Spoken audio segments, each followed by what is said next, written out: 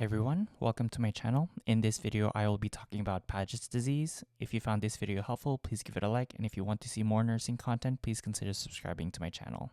So Paget's disease is a bone disorder characterized by excessive bone resorption followed by formation of connective tissue in place of normal bone marrow. What this means is that the body resorbs calcium from the bone in an excessively high rate. As a result, the body responds by forming connective tissue that is haphazardly developed, which is disorganized and structurally weaker.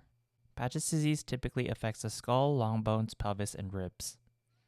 The exact cause of Paget's disease isn't exactly clear, but it may be linked to a viral etiology and also has a strong hereditary basis. In patients with milder forms of Paget's disease, they may remain asymptomatic. As the disease progresses, you would see bone pain and fatigue in patients with Paget's disease.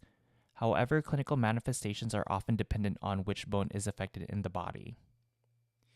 For example, if the skull is affected, you would see headaches, dementia, visual and hearing deficits. If the pelvis and long bones are affected, you would see gait imbalances with patients such as a waddling gait.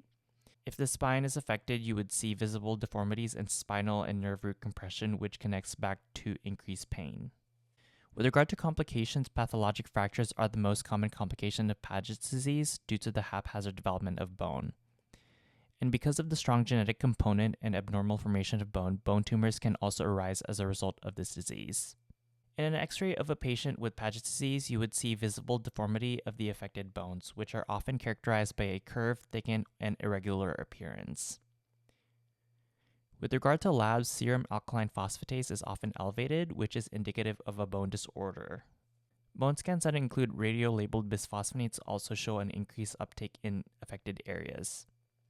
In general, treatment of Paget's disease is supported and limited to symptom management.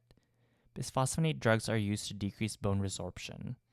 A diet high in calcium and vitamin D is often prescribed to treat any hypocalcemia. Orthopedic surgery is indicated for patients with bone deformities. Analgesics are given for any pain caused by any deformities. Lastly, educate patients with Paget's disease regarding proper body mechanics such as no lifting or twisting. It's also important to note that these patients are at high risk for falls and fractures due to the disease characteristic bone deformity.